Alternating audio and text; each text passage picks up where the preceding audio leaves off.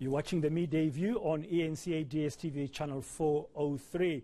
Welcome. Now, a visit to the Home Affairs office is often a nightmare for many people. The reasons often differ, from having to stand in the queue for hours on end to the service being offline. It's been even more difficult under the lockdown, as many services have been suspended. Well, today, our eNCA news teams have been crossing to us live from various offices since this morning. In Johannesburg, we have Aviwe Mtila, Monique Motlock in Cape Town, and Dasen Tatia is joining us from Tongat, just north of Durban. And they're trying to find out how it is really to go to Home Affairs nowadays. Is it still a nightmare, or have things improved a little bit? Let's start with you on the Midday View this hour, Monique. You've been out there in the queue from the early hours of the morning, and I see that you have not been able to go inside. What has happened? What kind of delays are there? Bradan, right before you crossed to me, I remember I asked you, please come to me first, so that when the group is let in, then I can go in with them. And I've just missed the bus.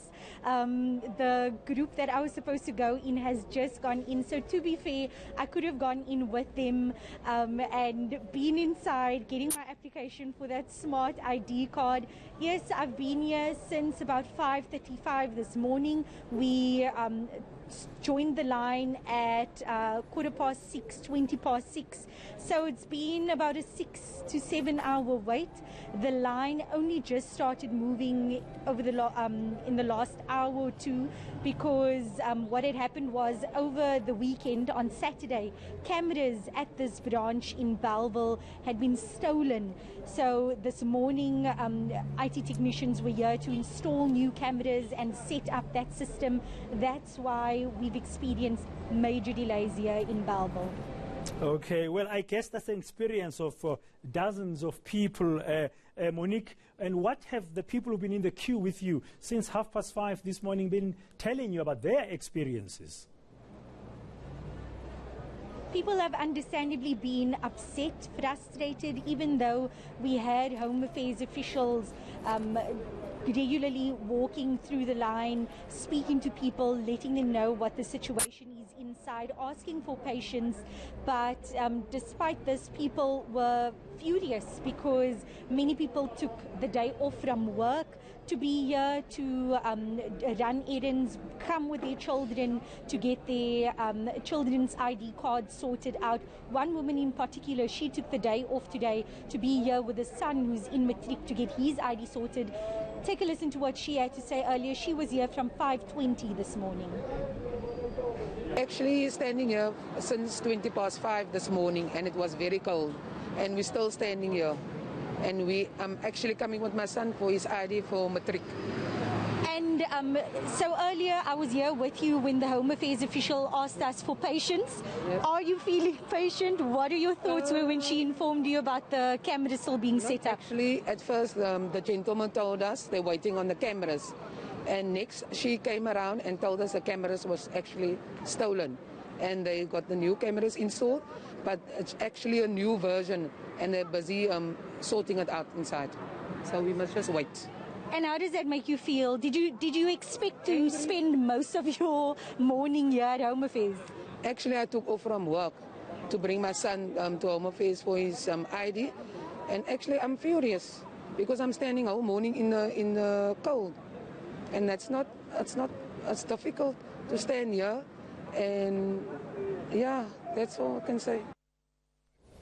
Well, Monique, you can feel the frustration there. Thank you very much, Monique Motlock in Cape Town there. Hopefully she'll still manage to go inside Home Affairs. She's been queuing since 5:30. Let's come to Johannesburg now, where my colleague Aviwe Mtila earlier spoke to the State Information Technology Agency CEO about the systems being offline. Aviwe, good afternoon. Welcome to the Midday View. I mean, this whole issue of the systems being offline is causing a lot of headaches. What did you find out?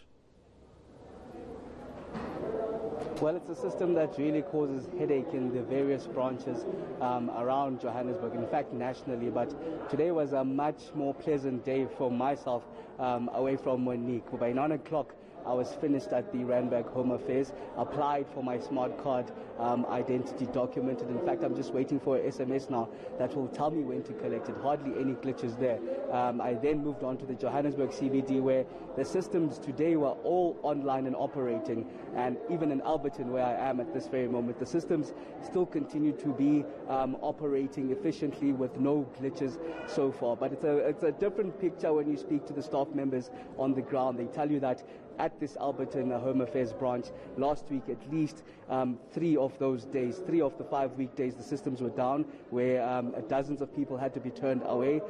In Johannesburg CBD, 2 days the systems were down last week, and in fact I was told by one of the staff members there that over the weekend they had an upgrade of the systems. While I was waiting in the queues in the Randburg Home Affairs from 5 o'clock, from 5:41 in fact, I was 7th in the queue, having a conversation with some of the people on the ground. One of the gentlemen told me that it was the 3rd working day that he has been there trying to apply for his smart card ID, which was lost. In fact, every day he'd get up at 5 o'clock, be in those queues, only to be told that the system was offline. It seems like a headache in many of these Home Affairs branches, where you'd find out that there are 2 different operations that happen. One, look at the marriages, the death and the birth certificates, which are done manually, and the other side, there is the side of the identity document, the passport application, which is done via the technology. So they're saying that's the side that's giving them headaches. While it's tightened up the security, it seems like it's headaches where it normally goes off a lot of times, and dozens of people have to be turned around. It's a conversation that I had with the CETA CEO, and let's have a listen to what he had to say on that. So when people complain of systems, it means a number of things. So one, it might mean the frontline applications, the one that they use to process the application for you. Those are managed by a lot of different external service providers. They might either be down, and part of the work that we do as CETA to advise them is to say, Home Affairs, you need to manage this. We've now seen this system is either about to be down or it is down. This is what we need to do to bring the system up back quickly. That's your application side, your front-end system.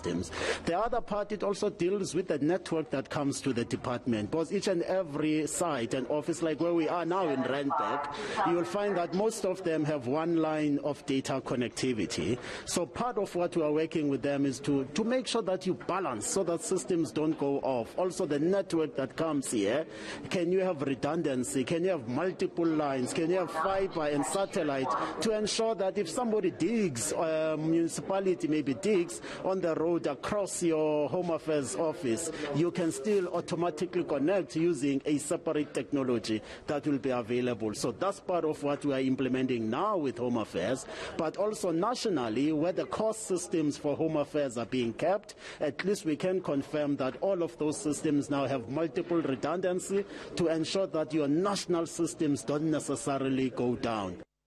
You can't afford for the systems to go down. Aviwe Mtila there finding out. Thank you very much, Aviwe, there at the Alberton Home Affairs Department. Let's take you now to Durban. Dassen, you've also been up and about since the early hours of this morning. You've moved around, and now you find yourself at the Utongat Home Affairs Department there, at the offices rather. What's been happening? Well, Brandon, when we got here, it was actually dark this morning because we also joined that queue. The queue was snaking around the office already at that hour. It was about 5:30 then, and many of the people that had come here had told us stories of how they had come before and they had had certain challenges, and as a result of that, they were coming back. So, in fact, that was what sparked this visit by us anyway, because there had been messages that had come to us from people who had spoken about how they'd come here in one particular case on 3 consecutive days and found that the systems were down. So it was a little bit of a gamble. You wait in the line, you get here at 5:30, and then by the time you get in, you're told the system is down. But by that point, you know, you've taken your day off work or you've made other arrangements, and it's really a wasted day. Fortunately for me, it wasn't that bad of an experience. I think I counted about 6 hours from getting into that line to actually getting out, coming out with this sticker, which now makes me one of the cool kids. I hope Tulasizwe is listening to that, because he was making fun of me earlier. But it means that the process has been completed, and in about 2 weeks, hopefully, I should be having my, my new smart ID. Well, lucky you and good luck, Justin. But you have been talking to people earlier in that queue as you were waiting during those 6 hours. What is that stands out for you that they told you about their various experiences, in addition to arriving there 3 times and the system is offline? What else did you hear?